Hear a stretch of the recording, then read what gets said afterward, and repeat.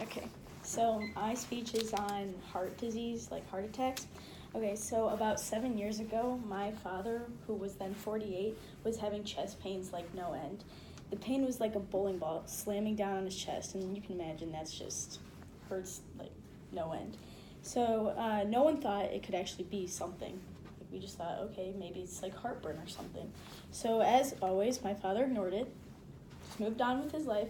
A couple weeks after, he had chest pains again, but even worse. And that was the moment when my father knew something was up. He drove himself to the ER by himself, didn't get an ambulance or nothing, and at that moment, they told him that he was having a heart attack. My father's story may not be all that interesting, but informed people like me to look out for symptoms like his. Interested in what my father was going through, I began to do research of heart disease and how it's caused as well as how to prevent it. I went to his therapy sessions as well to a grocery store breakdown of what good foods to buy and which ones not to. Today, I will share part of what I have learned by first explaining what causes heart disease and secondly, how to prevent them. Let's start by looking at what causes heart attacks. First of all, heart attacks happens when blood flow that brings oxygen to the heart is completely cut off. This type of thing happens when coronary arteries are filled up with plaque, like that plaque, not plaque on teeth, but like fatty little stuff in your body, filled up with plaque that the blood flow can't flow properly. According to the American Heart Association, they stated when plaque within a heart artery breaks, a blood clot forms around the plaque. This blood clot can block the blood flow through the artery to the heart muscle, which then causes a lot of stress for the heart.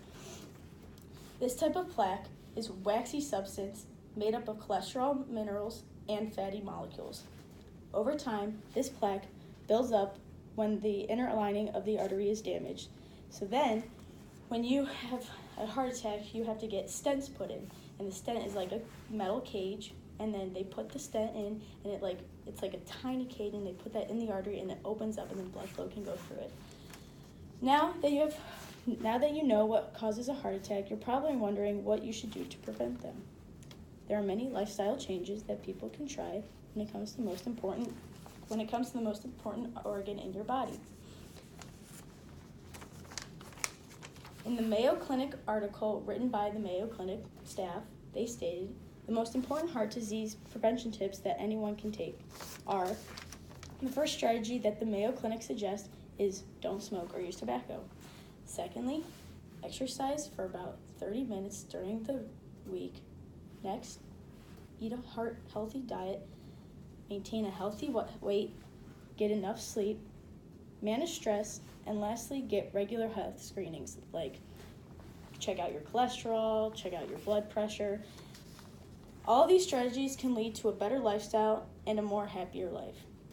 According to Harvard T.H. Chan School of Public Health, they concluded that following a healthy lifestyle may prevent over 80% of cases of coronary artery disease, 50% of strokes, 80% of sudden cardiac deaths, and 75% of premature deaths related to heart disease.